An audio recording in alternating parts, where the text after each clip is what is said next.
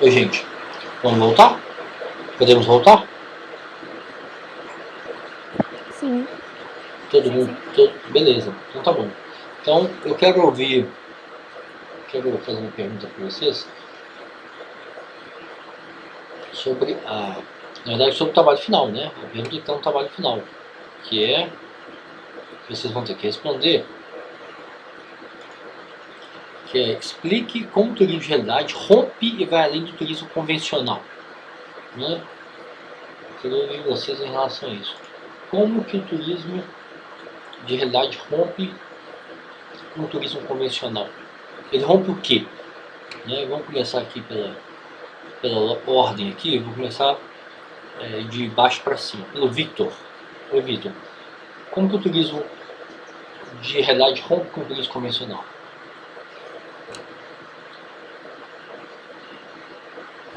Eu acho que o Vitor saiu, deve ter caído a internet Ah, dele. tá bom. Então vamos começar pela Thaís, então. Oi, Thaís. Tá ouvindo? Oi, aham, sim. Como que o turismo de Eu realidade acho, rompe?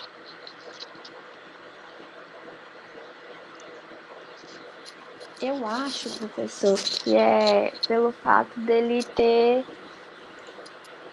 uma, não sei se a intenção é a palavra certa, mas tem um tipo um objetivo de ele não está totalmente imerso no mercado muito totalmente padronizado igual o turismo de massa está. Igual o turismo de massa faz com que. Eu não sei explicar, professor. É tipo essa ideia, sabe? Que turismo de realidade vai além do mercado. Envolve mais a interação, envolve mais o choque mesmo. Entendi. Mas a ideia é essa, Thaís. Não precisa. Não é pra gente trazer dúvidas mesmo, questões. Né? O objetivo da Aham. aula é a gente aprender. Quebrar a cabeça junto, né? Tá bom? Então fica à vontade para trazer todas as suas dúvidas, tá? Priscila, como que o turismo de realidade rompe com o turismo convencional? O que ele rompe?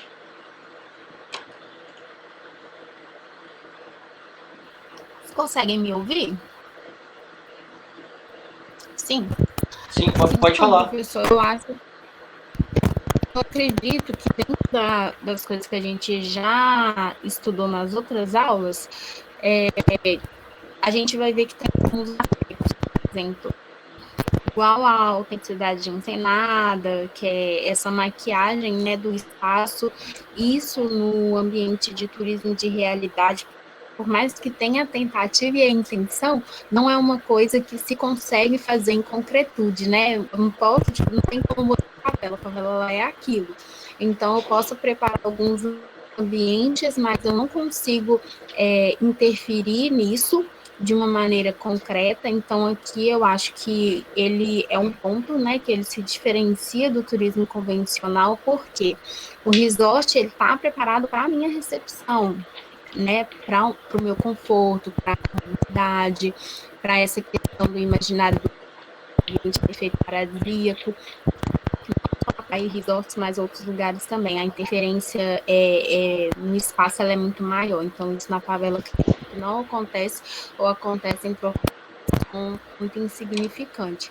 Aí a questão também dos seus eventos, eu acho que está um pouco dentro dessa escala, né?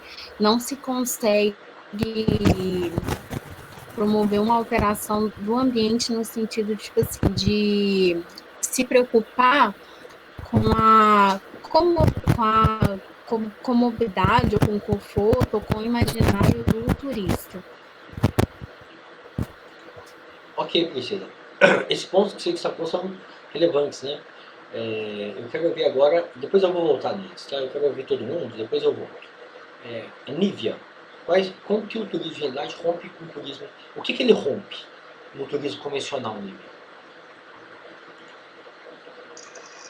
Eu estou pensando na resposta dessa pergunta desde que você fez a primeira, e eu acho que rompe com muitas coisas, principalmente a ideia do que é turismo, porque Isso. para muitas pessoas que não estão estudando turismo, Exatamente primeiramente, isso. tipo assim, Isso. primeiramente quando você fala assim, eu vou fazer um turismo, você pensa, você vai para uma praia, você vai para algum lugar que já é estereotipado. Mas o turismo ele ocorre em vários locais, né? Então eu acho que o turismo de realidade ele vem para quebrar com isso, que tipo, o turismo não é só para praia, o turismo pode ser também para uma favela, para você conhecer outros tipos de lugares também. Exatamente. Esse é o ponto. Começar por aí, né? Ele rompe com a ideia de que o turismo é só lazer. Rompe com a ideia de que o turismo é só entretenimento, né? Rompe com a ideia de que a favela é um lugar inóspito, é um lugar de risco. Não é, né? De que o território ele tem atrativos, né? A cultura tem atrativos, a cultura daquela população que vive naquele território. Né? Então, dá visibilidade para o que existe vamos dizer assim, uma camada de preconceito, né, de estigma. Né? Primeiro, o turismo não é só entretenimento. Segundo, que tirar essa invisibilidade, né, do território. Aqui é um território, não é uma favela, né? Não é um lugar homogêneo. Né? Então, aquele território tem uma série de especificidades, uma série de características próprias que podem atrair as pessoas. Então, a primeira coisa, esse ponto que a Nívia destacou é importante. Amplia, né, o consumo turístico. Amplia as possibilidades. Né? O que mais? Vamos ouvir a Luísa agora, Luísa Fonseca. Eu acho que isso que a Nívia falou é uma das coisas mais importantes, porque aí já entra o quesito de autenticidade também, que as pessoas vão poder conhecer novas áreas, vão começar a entender a cultura, aprofundar numa coisa diferente da sua realidade, sair do... como é que chama? Sair da ignorância, porque é uma novidade para todo mundo, e eu não sei se é o turismo de realidade, que é chamado de antiturismo, ou se é o urbano, e traz essa diferença que a Nívia falou de quebrar com o que todo mundo considera turismo e mudar essa realidade. Isso mesmo, Luísa. Que mais, hein, Lucas? Tem algum outro ponto que o turismo de realidade rompe com o turismo convencional? Eu gosto da ideia de romper com, ou tentar, né, romper com as ideias que a gente tem da favela em si, da convivência da favela, da comunidade, das pessoas, da vivência, das relações entre as pessoas da favela com os turistas, tudo isso aí, todo o processo de rompimento da formação de imagem, né, que a gente vê nos filmes, principalmente, retratando aqui como... Aqui não, né? Toda favela eles retratam como sendo um lugar que tem só cultura e violência. E não funciona assim, né? Querendo ou não, a favela é um lugar muito complicado e você só vai entender se você for lá. Qualquer pessoa que falar que conhece favela sem ter pelo menos ficado na favela alguns dias não conhece, não tem como. E eu acho que é um dos papéis mais importantes, assim, levar. Porque, querendo ou não, as favelas não têm muita voz para mostrar o que elas são. E se elas tiverem também, muita gente vai ignorar. Então, cabe principalmente as pessoas que vêm de fora para espalhar a mensagem, espalhar como é que realmente funciona a favela, como é realmente lá dentro. Sim, você tem razão. Acabar com essa... minimizar, né? Reduzir essa invisibilidade dos territórios, né? Da sua cultura, da sua história, dos seus atrativos, né? São todos invisíveis. Todos ficam escondidos sobre uma imagem estereotipada, né? Uma imagem que homogeneiza as favelas, os territórios. Né? Como se fosse um lugar só de violência, etc. Né? Luana, Quer destacar algum ponto sobre como que o turismo... Eu estou fazendo aqui as perguntas, gente. Eu vou ler para vocês as perguntas do trabalho final, para ver se vocês estão afiados, para ver se vocês estão antenados, né? Para ajudar vocês a pensar, a desenvolver ideias, né? A criar argumentos fortes e interessantes, robustos, né? Para vocês colocarem no trabalho final, ok? Então, Luana, você quer destacar algum ponto? Concordo com o Lucas, acho que ele rompe com o senso comum, né? Porque o turismo de massa acaba contribuindo com ele, como tem pouca autenticidade, acaba mostrando que a gente já sabe. Aí esse turismo de realidade acaba mostrando outra perspectiva. Ok. Lara, quer destacar algum ponto sobre essa pergunta do trabalho final? Alguma dúvida? Alguma ideia? Não, eu acho mesmo que os colegas falaram que... E aí eu pensei o seguinte, que como a Nívia falou, rompe com essa ideia de que turismo é só lazer, e no turismo urbano tenta envolver todo mundo, todos os moradores, com os lugares que são habituais, mas que estão mais no centro das cidades. E o turismo de realidade, a missão dele, né? Agora a gente viu que o público-alvo são os estrangeiros, né? Os que mais fazem.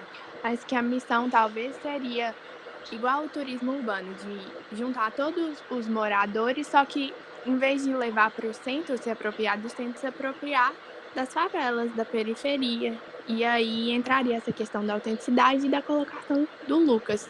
Só que em lugares diferentes, né? No urbano é o centro e de realidade a periferia. Sim, você tem razão. Você tem razão. Lembrando que as favelas mais visitadas sempre são as favelas que estão na zona sul, no centro-sul, né? No centro, na área central da cidade, né? No Rio de Janeiro, a Rocinha, a Babilônia, etc. Aqui em Belo Horizonte seria, né, se tivesse a favela da Serra, seriam essas áreas mais próximas, né, dos turistas e das agências, né, do mercado. Outra pergunta que está no trabalho final, né, para a gente explorar aqui, né, e tirar dúvida, é o paradoxo. Né? Teve alguém que se referiu ao paradoxo, não sei se foi a Luana. Problematiza os paradoxos do turismo de realidade. Turistificação da pobreza, papel ambíguo do turista, né? O turista que é predominantemente estrangeiro, né? A relação com a população visitada e o poder público, né? Ou seja, a transformação da desigualdade, né? Da vulnerabilidade dos territórios em mercadoria. O paradoxo é como valorizar algo que deve ser enfrentado, que deve ser combatido, né, pelo poder público. Como que o poder público vai incentivar a visitação numa favela que não está urbanizada ainda? Né? Por definição, as favelas, a definição do IBGE é que é uma área não urbanizada. Né? Então, como que a Belotur vai incentivar, ou a universidade, né? Os alunos do curso de turismo, os professores, as pesquisas que a gente desenvolve, né, ou pode desenvolver, como que a gente vai incentivar os turistas, né, que há atrativos turísticos naquele território, sendo que é uma área que precisa de investimentos básicos. Né? Então esse é o paradoxo. Né? Eu queria ouvir vocês em relação a isso, para vocês desenvolverem isso no trabalho final. Oi, Vitor. Pode falar.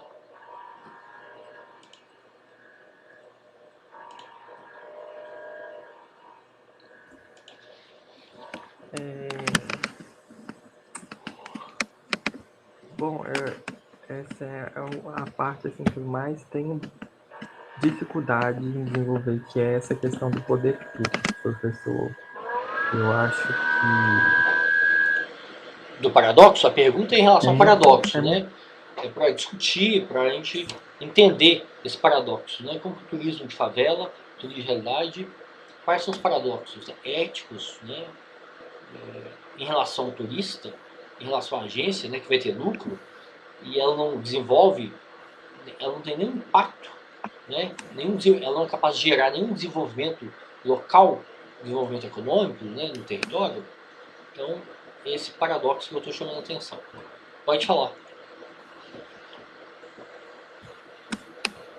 Ela, por exemplo, vamos pegar a questão das agências, assim, ela é capaz de gerar um desenvolvimento local, assim, para os moradores, a partir do momento, por exemplo, num dos textos que o senhor deu para a gente ler, tem cobranças de, por exemplo, de visitar alugar, tipo, eu não sei se alugar, mas tipo, os turistas irem numa casa e olharem a vista do rio, ou a questão dos souvenirs. Só que é um ponto assim que não sei se ajuda, não ajuda muito, tipo, as questões que a favela enfrenta num todo, sabe? De saneamento, de, de, de mobilidade. Isso ajuda, talvez, assim, uma pequena parcela, mas, tipo, o poder público... eu tô sendo confuso, mas... não é nesse ponto, eu acho, mas... em questão do poder público, eu ainda não consigo, sabe, desenvolver muito, assim, professor. Vamos tentar avançar, vamos tentar esclarecer, né? E a sua dúvida, Victor, é a dúvida também da Lara, da Priscila, da Luísa, da Luana, da Nive e do Lucas. Uma das formas que o turismo de realidade tem sido estudado é a capacidade que ele tem de gerar desenvolvimento econômico local. Ou seja, né, é muito discutido em que medida que o turismo de realidade ajuda, contribui para empregar a gente, para capacitar pessoas, para dar emprego, para desenvolver negócios, né, no território, né? Então você tem é atribuído uma capacidade do mercado, né, do mercado turístico, gerar desenvolvimento econômico no território.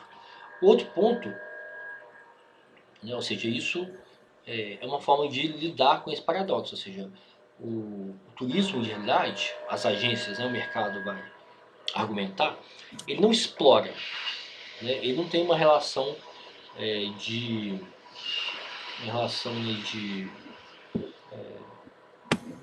como a mídia faz, né? O turismo de realidade é diferente da mídia, esse é um ponto importante, né? Essa é uma discussão, na verdade. Então, o turismo de realidade não tem, ele vai além da mídia, ele não quer estereotipar, ele não quer retratar de uma forma homogênea, né? Ele quer intervir naquele território. Como que ele vai intervir? Gerando trabalho, né, empregando as pessoas, capacitando as pessoas, estimulando a abertura de novos serviços, né, hospedagem, alimentação, agências, né, algumas agências no Rio têm, a favela é no território, né, a agência é no território da favela, né, então outra forma de lidar com esse estereótipo, com esse paradoxo, é o incentivo ao poder público. O poder público incentivar a visitação, incentivar através de roteiros, de atrativos da visibilidade, fazer a promoção desses atrativos, desses roteiros, né? E ao mesmo tempo investir naquele território, né? Tirar o investimento público, que é sempre concentrado em áreas privilegiadas, né? Então, a reforma da Pracinha da Savassi, do entorno, da Praça da Liberdade, acontece a cada 5 anos. Então, é deixar de investir só nessas áreas centrais, nesses territórios que já são privilegiados. Então, isso é uma forma importante também de romper esse paradoxo. Estou ajudando vocês a elaborar e desenvolver a resposta para essa questão. Professor. Oi, pode falar, Priscila. Assim, dentro aqui do que você está falando, eu vou só retomar um assunto que você fez, uma colocação que você fez na aula, para tentar fazer um link aqui. Eu lembro uma vez que você falou de democratização, de políticas públicas para democratização, já que você está falando aqui que o poder público ele tem que incentivar, né, esse turismo. Quando a gente fala de democratização, aí eu entendo também que é de pessoas que não têm acesso E eu acredito também, aí essa que é a minha dúvida, que é também de pessoas que não querem ir ou que não conhecem aquele determinado turismo, porque eu lembro que uma vez você falou que tem eu acho que é um centro cultural lá no Santa Teresa, que as pessoas ali próximas não conheciam aquele ambiente. Então, que era necessário políticas públicas para incentivar as pessoas a irem. Aí Isso. aqui, falando sobre o turismo de realidade, essas políticas públicas também podem trabalhar na democratização para que o público de turismo ele deixe de ser só internacional, só de estrangeiros e também passe a ser de pessoas ali da cidade, para quebrar o preconceito. A linha de raciocínio tá certa? Eu me Tá. fiz entender? Sim, sim, sim. Tá certo, e é bem interessante, porque existe uma hegemonia do perfil, no perfil dos turistas, do turismo de realidade, que são turistas estrangeiros, né? Então, ampliar esse público. Então, você tem razão, esse é um ponto interessante, um ponto que a gente que não tinha aparecido ainda, a gente não tinha discutido. Então, como ampliar esse público? Como trazer também turistas da própria cidade de Belo Horizonte, turistas de outras cidades do estado, né, que vêm em Belo Horizonte, vai em Otim, vai na Pampulha, mas também podem conhecer alguns territórios, né, e trazer turistas de fora de outros estados do Brasil. Então, ampliar esse público para morador da cidade, turista de outras cidades do estado e de outros estados. Então, isso é fundamental, né, porque a visita do turista estrangeiro, ela não pode ter só esse... Para o turista estrangeiro, aquele território é exótico, né, existe uma certa... O Lucas até escreveu aqui, eu vou pedir para ele falar daqui a pouco, uma certa romantização da favela, né, que a favela é o berço do samba, é o berço do futebol, ou seja, não é romantizar, né, é fazer com que as pessoas identifiquem a especificidade daquele território, né? Não é uma favela, é um território. O território que foi ocupado nos anos 30, ou seja, 1930, no século XX, que teve uma ocupação de pessoas que moravam no centro da cidade, que moravam numa área vulnerável do centro e elas foram expulsas, ou seja, tem toda uma história da cidade que está naquele território também, né? E aí depois as pessoas foram construindo o seu bairro, construindo as suas referências no território, né? A igreja, um centro de cultura, um centro de religiosidade, né? Boteco, alimentação, música, né? Uma festividade, um encontro que as pessoas fazem, ou seja, cada um dos territórios do Belo Horizonte tem as suas tradições, né? Os seus pontos fortes, as suas vulnerabilidades também, claro, né? Então é isso, você tem razão, Priscila. Ampliar o É um perfil, desafio. ampliar o perfil é muito difícil, muito complexo, né? Então, por exemplo, o exemplo que eu dou do Santa Teresa, né? Que é o MIS.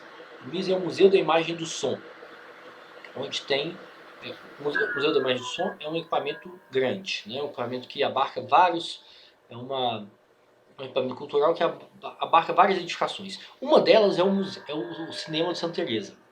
Lá tem cinema, tem biblioteca, que é excelente, e tem uma sala de exposições de artes plásticas. E aí, os moradores de duas favelas que moram a 500 metros do MIS, né, Museu da Imagem do Som, não frequentam aquele espaço cultural, que é gratuito, né? Então, como ampliar esse público, né? Como democratizar esse equipamento cultural, né? Então, esse é o desafio, você tem toda a razão.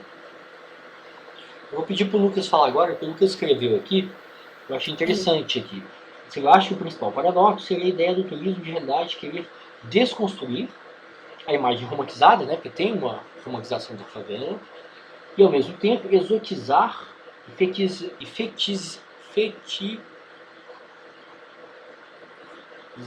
eu tô com... Ei, Lucas, pode falar. Eu acho que o principal problema que as agências, enfim, os moradores vão encontrar vai ser sempre esse, porque como você vai desconstruir a imagem romantizada? você vai trazer gente para dentro, vai querer que eles consumam os produtos da favela, que eles consumam dos espaços, né, turísticos e tudo. Mas, quando você faz isso, teoricamente você está vendendo o nome da favela. Vamos supor, por exemplo, uma loja de algum local, se tiver escrito alguma coisa da favela no nome, já está vendendo a favela. Você está colocando a favela como mercadoria. E o negócio de fetichizar é exatamente isso. O povo que vem para dentro vai olhar e vai falar assim, não, isso aqui é muito legal porque é da favela. Que nem tem aquela construção da imagem sexy e cool. Tá no segundo texto também, eu acho, né? É. Constrói a imagem para desconstruir. Você tem que vender a imagem da favela que você quer passar e fazendo isso você continua, querendo ou não, você continua construindo outra imagem, né? Aquela questão de realidade encenada, autenticidade encenada, uma coisa assim. E eu acho que deve ser o processo mais difícil na criação de roteiro, de planejamento, enfim, até na hora mesmo de colocar em prática, deve ser muito difícil de desconstruir a imagem sem exotizar muito, fetichizar muita cultura, o lugar, o espaço. Deve ser, eu imagino que deve ser a parte mais difícil. Sim, sem dúvida. Esse é um ponto também complexo, né? Mas eu acho que o principal, eu acho a forma de enfrentar a romantização da favela, né? Essa fetichização da favela, é as pessoas saberem que aquilo é um território. Aquilo não é uma favela igual a outra favela, que é igual a outra, que é igual a outra. Ou seja, a pessoa vai ter uma referência, né? Uma referência simbólica, cultural, espacial, de um território que ela conhece, que ela visitou. E isso vai fazer com que ela entenda, ela comece a entender que, olha, aquele outro território lá, aquela outra favela, também é diferente dessa, também é diferente das outras, né? Então, ter referências, circular, conhecer um pouco o território, conhecer as pessoas, ouvir as pessoas que moram, né? Ah, por que você gosta de morar aqui? Ah, parte dos moradores, né, do território, eles se identificam, eles têm uma identidade com o território. Eles não querem sair de lá.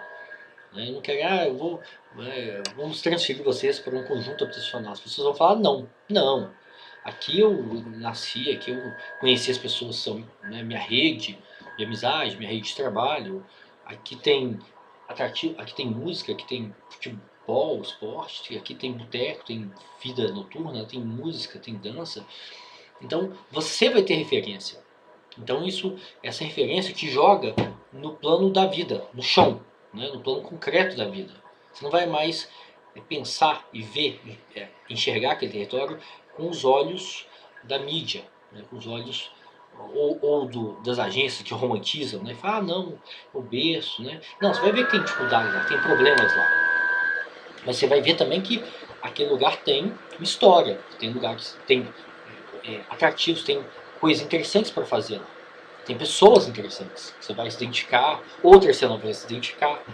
Então, você vai criar uma referência, né? Você vai ter uma identificação, que vai fazer com que você olhe para os outros territórios que você não conhece e fale assim, olha, aquilo ali para mim é completamente desconhecido. Você não vai mais olhar com aquela visão que que vê de uma forma homogênea todas as favelas do Belo Horizonte. Entendeu? Isso aqui é interessante. Você vai ter referência, vai conhecer, olha, eu comi lá uma comida gostosa, eu fui lá, tinha uma roda de samba, eu fui lá, conheci pessoas, a gente trocou contato, eu fui lá, eu joguei bola, eu fui lá, eu conheci gente, entendeu? Então, essa experiência turística, e aí é o ponto que a Priscila chamou atenção também, que é muito interessante, que é ampliar o público. O público é muito restrito, muito homogêneo. São turistas estrangeiros, né? Por que não conhecer? Por que não eu que moro em Belo Horizonte conhecer? Quando a gente voltar, né? Quando as restrições sanitárias caírem, flexibilizarem, diminuírem, conhecer um circuito cultural de favelas, as 5 favelas de Belo Horizonte, um circuito gastronômico, né? Tipo comida de boteco, um festival, uma festa, né? Uma festa religiosa, uma festa de música, né?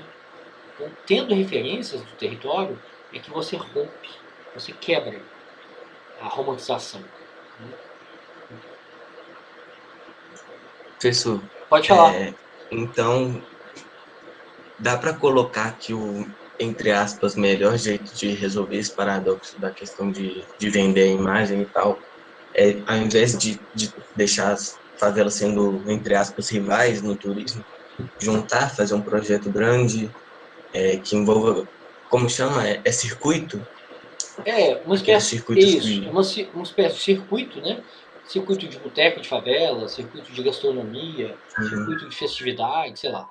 Mas que quando você não vai em todos, né? A gente não vai em todos sim, os lugares, todos os territórios, né? Vamos lá, um circuito com 7 favelas. Eu não vou em todos, não tenho tempo, né? Eu tenho trabalho, eu tenho filho, eu tenho um monte de coisa para fazer.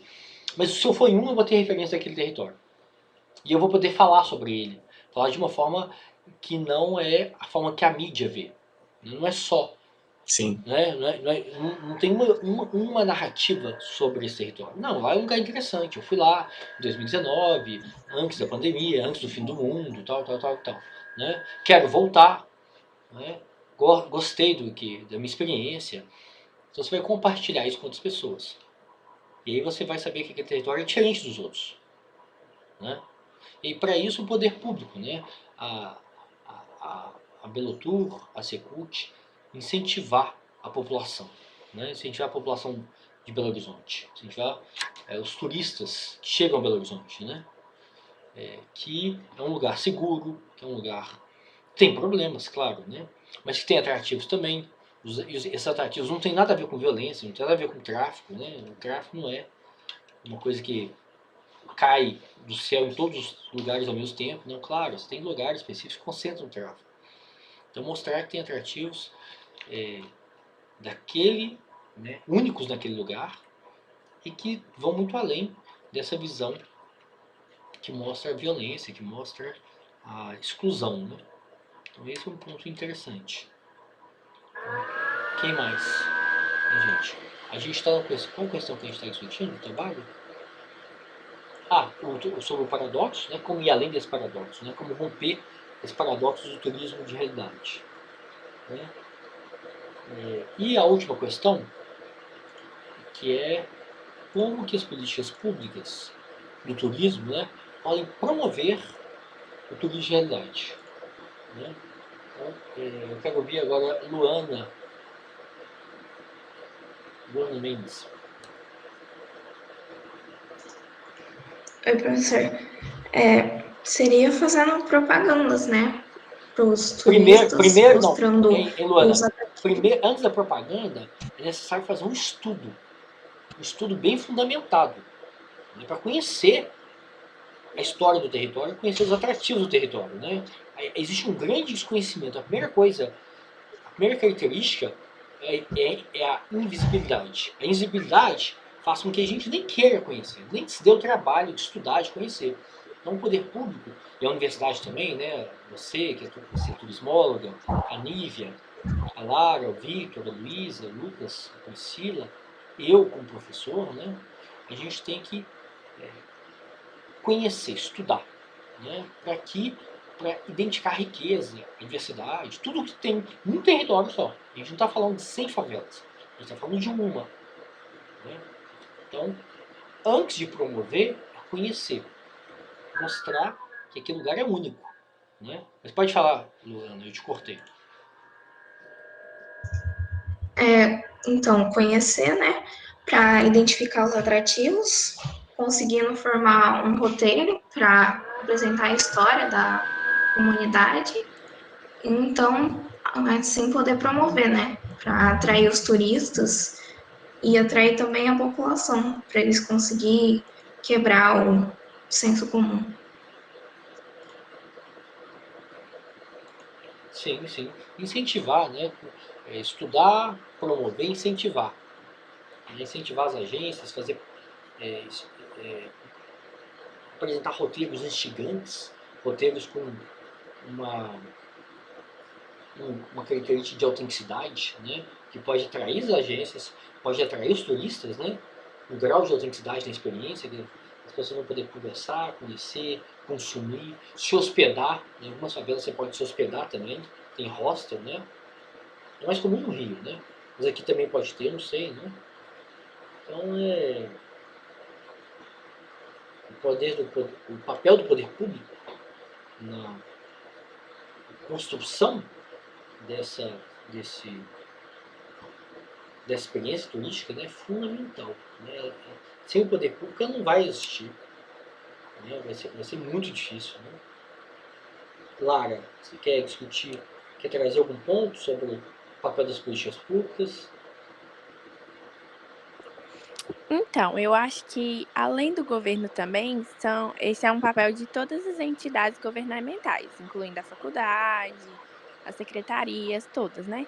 E aí eu acho que segue uma linha, igual Luana estava falando, você também ressaltou, que primeiro são os estudos, depois o planejamento, identificar quais são os atrativos locais e depois incentivar mesmo a ida de pessoas para lá, para usufruir do que foi identificado. Se tem, né? Porque muitas vezes não tem, é mais fechado para a comunidade, alguma comemoração, algum bar, e aí promover isso para fora, essa abertura. Isso, exatamente. E uma das maiores dificuldades é o ponto que a Priscila chamou a atenção, que é ampliar o público, né? Como fazer com que o público da cidade, da própria cidade, né, se interesse, né, queira conhecer um território. Não estou falando todas as favelas, porque todas as favelas Eu acho é uma visão da mídia, né? Pode falar, Lara.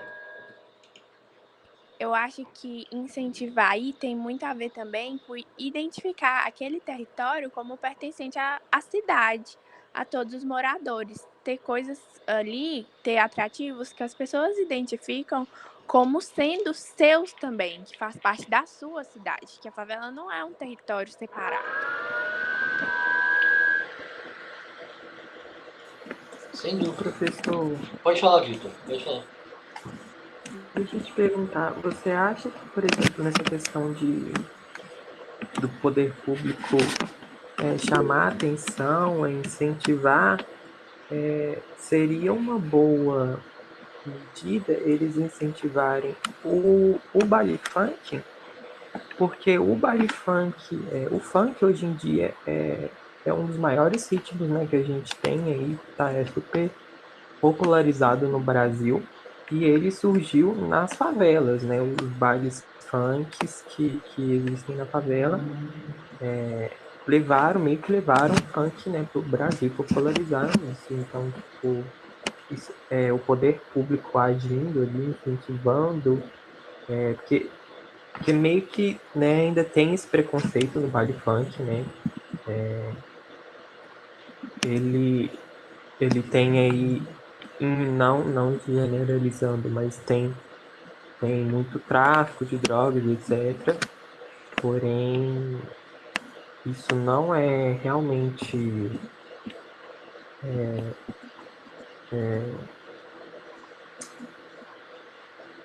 geral, né? Então, você acha que seria uma boa medida? Porque realmente Sem dúvida. é popularizado no Brasil. Sem dúvida. Não, toda festa, Vitor, pode ter tráfico, né? Pode ter consumo de drogas, né? Na universidade, Sim. né? Em festa de classe média, de condomínio, né? Então, consumo de droga, seja legal ou consumo de droga ilegal, né? Porque às vezes a droga legal tem mais impacto na saúde coletiva, né? Álcool, por exemplo, né? As pessoas sofrem mais com doenças e acidentes provocados por álcool porque ele é muito mais comum, muito mais disseminado, né? Muito mais acessível. Então, essa visão é muito que a gente tem, né? Que o povo brasileiro tem, e já houve baile funk, infelizmente já associa isso, né? Mais do que qualquer outra festa, tipo, se a gente fala uma festa que tem na universidade, geralmente as pessoas não vão associar isso, mas se fala de baile funk, uma das primeiras coisas que já vem, infelizmente, é isso, né? Sim, sim. Então é fundamental, né? O baile funk, a música, né? É uma música que atrai muita gente, todo mundo, né? Especialmente pessoas jovens, e que deve ser incentivada, assim, claro. Claro que a prefeitura vai se informar, aqueles bailes que tem o acesso, né, a, a segurança, claro, a prefeitura vai incentivar de uma forma baseada em informação, claro, né, não vai colocar, incentivar uma experiência que pode trazer risco para os moradores, né, da cidade que querem conhecer aquele atrativo, ou para os turistas, né? Isso é importante. Mas antes da pandemia, antes do isolamento social, das restrições sanitárias, né, todo final de semana tinha festa e as pessoas iam, né? Então, pelo menos em Belo Horizonte, o que a gente acompanha, não é uma experiência de violenta ou que traz riscos, né? As pessoas já consumiam muito, né?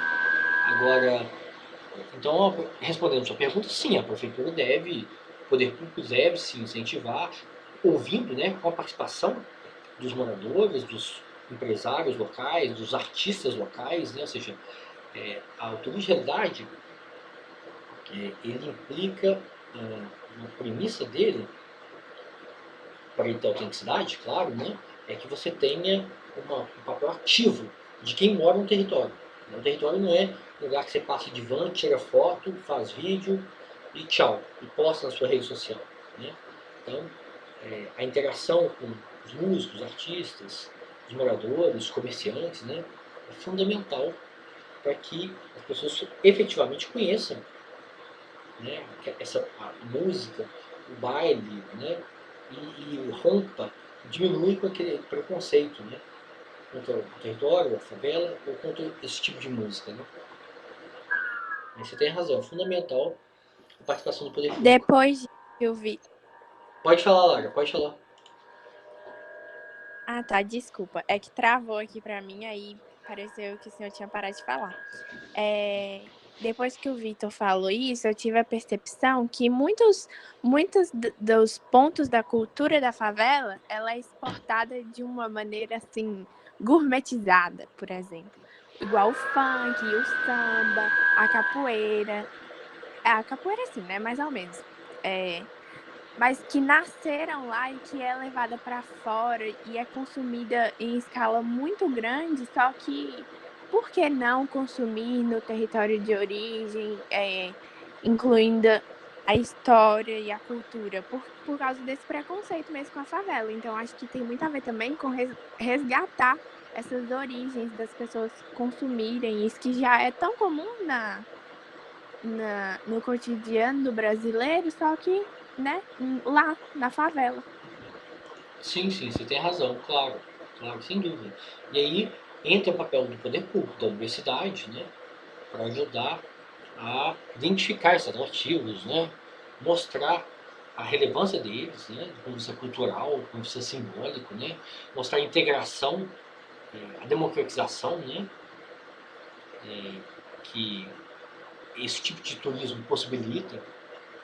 É um tema muito rico, né, muito instigante, e que vocês podem explorar no trabalho final, né? Não é para explorar tudo, porque vocês ainda precisam de bagagem, precisam de leitura, né?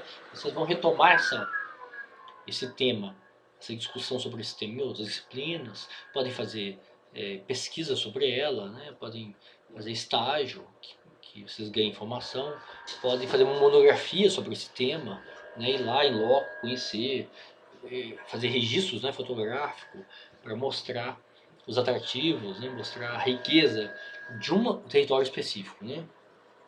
Porque você não vai achar samba em todas as favelas, você não vai achar funk em todas as favelas, você não vai achar música, alguma característica em todas as favelas. Cada uma tem a sua especificidade, a sua história, né?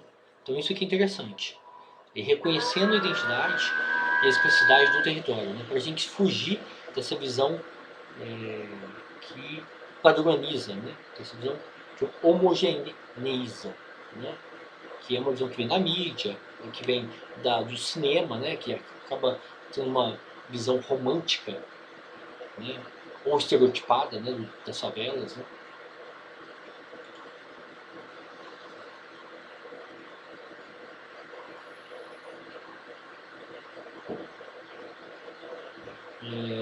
Hein, gente, mais alguma questão?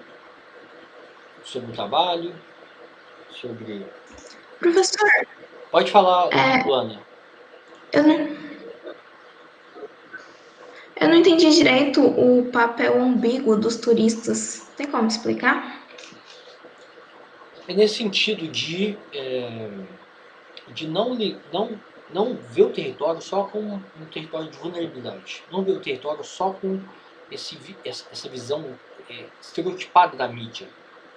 Né? E reconhecer que há especificidades. Né? Que aquele território é diferente de outro, que aquela favela é diferente da outra. Né? Então, às vezes, o turista chega com uma visão romantizada, que vem do filme, né? Que vem de Cidade de Deus, vem do cinema brasileiro, cinema nacional. Então, o turista tem que ter uma experiência que implique autenticidade, implique interação. Para aí sim ele ter uma identificação, né? Um reconhecimento daquele território. Né? E além dessa visão romantizada, essa visão padronizada. Né? Entendeu? Entendi, obrigada.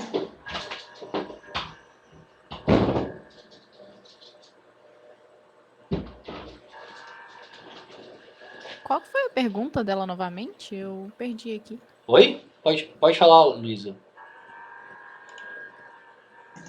Eu pedi para explicar o papel ambíguo dos turistas que está pedindo no trabalho final. Ah, sim. Certinho. Obrigada. Então, gente, a gente aqui não tem que esclarecer todas as dúvidas. Professor, né? você está mutado. Valeu, obrigado. A gente aqui não tem que resolver todas as dúvidas agora, né? À medida que vocês tiverem dúvidas, à medida que vocês começarem a responder as questões do trabalho final, vocês vão ter, as dúvidas vão aparecer, né? E vocês vão ter que reler o texto, reler a síntese que vocês fizeram do texto, né? Reler a síntese que vocês fizeram da aula, assistir a aula novamente, né? E mandar e-mail, mandar WhatsApp, né? E aí a gente vai discutindo para que vocês tenham uma argumentação clara e robusta das questões, né? Então, estou perguntando para vocês se vocês têm mais alguma questão, mais alguma dúvida, mas não é para... Professor, Pode falar, Nívia. eu tenho uma dúvida até bobinha, é sobre o trabalho em si, porque eu achei ele bem parecido com o intermediário, só que você colocou, né, que é para ter um texto dissertativo com menos de meia página para cada questão. Só que aí eu fiquei na dúvida se cada questão que você está falando porque tem cinco questões e dentro delas tem subquestões. Isso. Aí é um texto para cada uma pergunta que você fez ou um texto para a questão total? Eu não sei explicar direito. Porque tem aí tem duas questões na A questão 1 se desdobra em duas ou três, isso. Em duas. A questão 2 eu acho que se desdobra em três. Mas eu entendi sua pergunta. E aí tem a ver com o seu estilo de escrita. Algumas pessoas vão escrever mais, vão desenvolver mais, vão dar mais exemplos, né? E vão fazer meia página para cada pergunta da questão 1. Outras pessoas vão fazer um texto só, respondendo as duas perguntas da questão 1, um texto só. Aí tem a ver com estilo, com capacidade argumentativa, com capacidade de trazer a discussão dos textos, trazer a discussão da aula, dessa aula que eu dou, da aula expositiva, né? Então, algumas questões vão ser mais desenvolvidas, vão ser mais bem avaliadas, outras vão ser mais curtas, vão receber uma nota menor. Tem a ver com isso, com a capacidade que vocês têm. Mas você fica à vontade, você pode fazer um texto corrido para a questão, só um texto, né? Você pode dividir, né, nas diferentes perguntas. Sim, né? Mas se eu fizer um texto corrido para, vamos supor, um que desdobre em duas, eu posso fazer um texto de uma página? Pode, claro. Você vem com estilo, né? Porque seguindo o meia página para cada pergunta, eu penso que passa de uma página inteira se for fazer um texto corrido. Aí outras pessoas vão ir além de uma página, isso não tem problema não. Isso tem a ver com característica de cada um, né? O importante é trazer argumentos, Entendi. trazer conceitos, né? Dar exemplos, fazer um texto que mostra a complexidade do tema que está sendo tratado, né? Se for uma resposta muito rápida, muito superficial, vai ter uma nota ruim, porque está desconsiderando toda a complexidade, né? Então a ideia é que vocês aprendam a reconhecer, né, a complexidade do turismo urbano, do turismo de favela, do turismo de massa, né, da turismofobia, da autenticidade, né, como que é possível medir, mensurar a autenticidade na Disney, né, numa experiência de turismo convencional, no Beach Park ou na Disney, ou no turismo urbano, ou no turismo de realidade, né, mostrar como que esses conceitos, essa discussão é complexa e é instigante, né, é para vocês, para a turma, né, assim, voltar isso, alguém na turma vai voltar a estudar isso em outra disciplina, vai fazer monografia sobre esse tema, né, vai entrar numa pesquisa sobre um desses temas. Então é isso, tá bom? E outra pergunta. Sobre o trabalho, igual teve no trabalho intermediário, é para fazer no próprio documento ou num documento separado? Pode fazer no próprio documento, pode fazer, claro. Aí, Pode fazer no próprio documento só seguindo as normas. Isso. Aí Okay, me envia no Word, porque assim eu consigo fazer correções no documento. Se me enviar em PDF, eu não consigo, né? Ah, beleza, sem problema. Ok? Obrigada. Nada. Sempre que vocês tiverem dúvida, gente, é para vocês perguntarem, para vocês mandarem e-mail ou mandar WhatsApp, viu? A Nívia começou assim, é uma dúvida bobinha. Não é. É uma dúvida importante. Né? Tá bom? Alguém quer pontuar mais alguma coisa sobre o tema da aula, né? Que é turismo de realidade? Quer trazer alguma dúvida, alguma pergunta sobre a questão do trabalho final?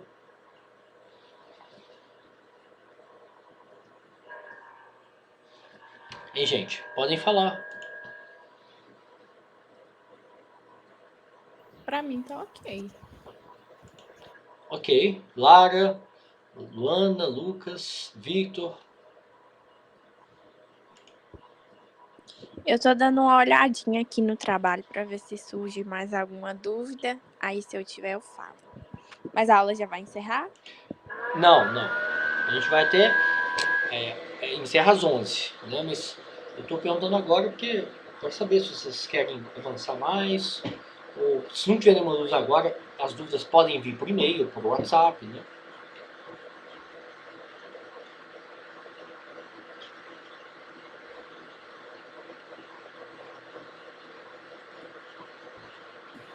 Professor, você recomenda que busque outros textos ou só os textos que você passou em questão das aulas também? Já é possível realmente já responder tudo?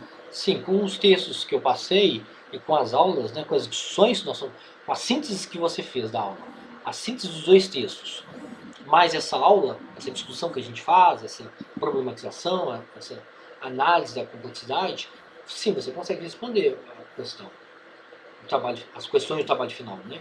Se você tiver tempo, tiver disponibilidade, né, tiver interesse, claro, você pode ver. A Priscila até falou que ia colocar um link, né, sobre turismo de realidade no Rio, né?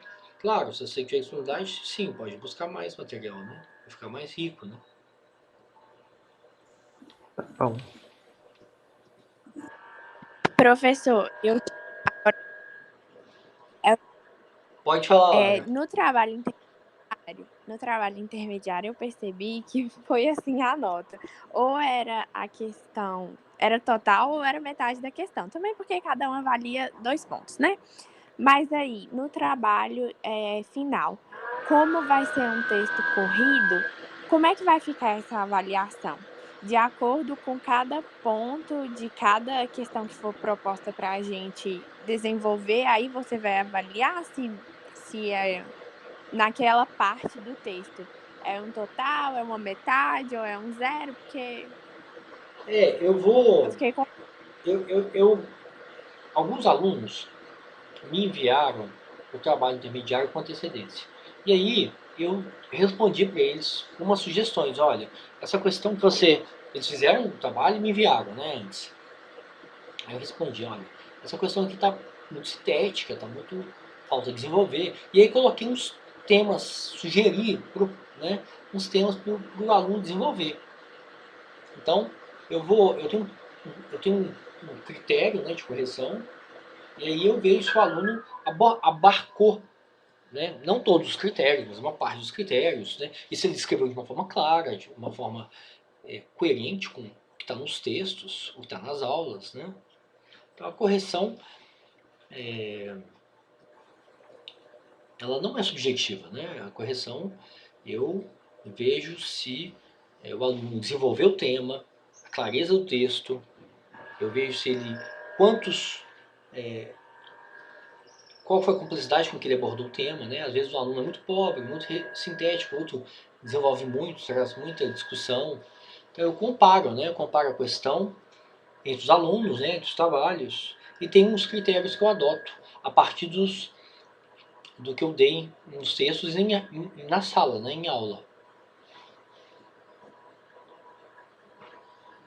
Em Lara. Sim, entendi. Se for um texto corrido, aí o senhor vai olhar naquela parte do texto está sendo desenvolvida essa questão aqui que eu pedi. Ou vai olhar o geral do texto corrido. Não, Porque a Nívia falou se poder ter um texto corrido ou responder cada questão. Aí eu tô perguntando, tipo assim, em relação ao texto corrido. Entendi. Não, no texto corrido, aí é uma forma de estilo. Eu estava me referindo a isso, ao estilo de escrever, né? As perguntas todas têm que ser respondidas, né? Eu vou avaliar cada pergunta que eu fiz no trabalho final. Agora, o estilo de escrita pode variar. Entendeu? Eu vou comparar a resposta da Luísa, do Vitor, com a sua, com a da Luana, com a da Nívia, com a do Lucas, ou seja, eu vou ver, olha, essa resposta está mais envolvida, essa está muito pobre, muito sintética. Por quê? Porque aqui ele fez um link com uma discussão com autenticidade, uma discussão com turismo de massa, com a turismofobia. Aqui não, aqui o fulano só fez um resuminho muito pobre. Então eu comparo, né? Eu vejo a capacidade de construção do argumento, né? Do aluno, né? Eu comparo entre os alunos, né? Em Lara, tá claro? Tá claro. Obrigada. Porque às vezes Professor, chega um trabalho com 10 páginas, né? Aí o aluno teve esse trabalho exigiu o tempo dele, exigiu leitura, exigiu argumentação. Aí às vezes chega um trabalho com 4 páginas e meia. Eu tenho que comparar os trabalhos, claro, né? Tenho que comparar a capacidade, como que a questão foi desenvolvida, como que ela foi, como que o aluno fez links entre os temas da disciplina, né? E outro não, o outro fez uma resposta muito protocolar, muito simples, né? Aí eu comparo, claro, né? Pode falar, Lucas. de uma maneira geral, então, o trabalho final é para fazer mais ou menos a mesma linha do intermediário. Tipo, o desenvolvimento mesmo dos textos, das respostas, tentar englobar vários aspectos na mesma resposta, várias Sim, áreas, enfim. claro, se vocês conseguirem, claro. Isso tem muito a ver também com a agenda de vocês, né? Tem gente que está fazendo mais disciplina, está muito apertado, tem gente que está fazendo menos, né? Tem muito a ver com o tempo de vocês, certo? Né? Mas eu preciso comparar os trabalhos para avaliar, né? Claro. Você vê que a gente está com um quadro pequeno, né, Lucas? A gente está com um quadro pequeno aqui, né? Eu imagino que os alunos estão faltando porque estão apertados, né? Estão fazendo muitos trabalhos, claro. Esse finalzinho agora tá bem complexo, tá muito lotado. Tanto é que a gente é uma forma que eu construí a disciplina para que nesse último mês vocês praticamente não têm aula agora. A aula que a gente vai ter agora vai ser dúvidas que vocês vão trazer sobre as questões do trabalho final. Mas não tem conteúdo novo. Então vocês estão liberados de aula, liberados de textos, né? Porque vocês já fizeram os fechamentos, já fizeram o fechamento da aula, já fizeram o fechamento dos textos, a síntese, né? E vocês não tem que aprender mais nenhum conteúdo novo, né? Então, o curso Ele dá essa folga, esse tempo para vocês, que agora vocês têm que fazer, colocar no papel as ideias que a gente discutiu, que vocês leram, né, para o trabalho final. Mas vocês não tem mais conteúdo novo, né? Então, o mês inteiro agora é para vocês trabalharem no trabalho final, né? Porque não tem mais aula com conteúdo novo, né? Então isso é bom. Essa organização que eu fiz a disciplina permite que vocês agora se dediquem a isso, né? Entenderam? Professor, deixa eu te perguntar. Pode falar, Victor. Sobre o trabalho final, seria possível o senhor, ao final dele, quando o senhor já tiver corrigido e as notas já tiverem, quando o senhor for enviar as notas, seria possível, tipo, você colocar, tipo, um feedback pra gente em questão do que a gente Claro. errou no trabalho? Mas para isso, mas para isso tem que me enviar em Word, que aí eu coloco o que eu achei que ficou ótimo, né? Foi bem desenvolvido. A questão que eu acho que está mais simples, está mais sintética, poderia ter sido mais desenvolvida. No Word eu faço esses comentários. Tá bom então. Professor, Pode falar, Nívia. você vai fazer o trabalho intermediário que você vai dar um feedback antes da gente enviar?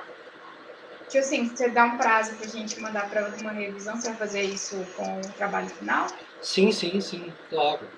A data de entrega... Aí tem um prazo? A data de entrega do trabalho final é dia 14, não é? 14 de março, não é? Não é isso mesmo? Então vocês podem me enviar. Eu anotei como 15, mas eu acho que deve ser 14. Não, coloca 15. Eu acho que é 14 mesmo. Mas pode deixar 15, não tem problema, né? A gente tem que ser flexível. A gente está vendo numa realidade inflexível, então a gente tem que ser flexível. Pode colocar 15, não tem problema. Então até alguns dias antes, né? Se você me enviar uns 4, 5 dias antes, eu te dou um feedback. Se você me enviar em cima, aí eu não consigo ler, né? Porque eu já vou para correção. Entendi. Enviar até quarta, até o dia 11, né?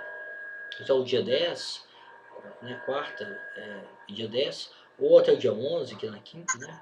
Aí eu consigo ler e dar um feedback. Sim, até para a gente conseguir refazer também, fazer as mudanças. Não pode ser em cima também, não. Claro. Beleza, então. Ok? Obrigada. Nada. Mais alguma questão, alguma dúvida, gente? Eu acho que, apesar da turma estar reduzida, né, do quórum estar pequeno, eu acho que a discussão foi rica. Eu acho que a gente conseguiu explorar bem as questões que estão no trabalho final, conseguiu explorar bem a aula, os temas da aula, né? Acho que foi rico. Né? Apesar da turma estar reduzida, é claro, isso é ruim, né? O ideal é um quórum, né? Um quórum amplo, né? Para as pessoas trazerem as dúvidas e questões, né, que elas querem discutir. Eu acho que foi bom. Né? Eu agradeço vocês mas não foi só nessa matéria que aconteceu isso, não. A galera tá parando de ir nas aulas. Tá esvaziando, né? Eu agradeço vocês pela discussão, né? Uma turma pequena, com quórum baixo, pequeno, né? Mas vocês estão estimulados, estão envolvidos, né? Então eu agradeço, porque isso é que faz a disciplina ficar instigante, ficar rica, né? Ok?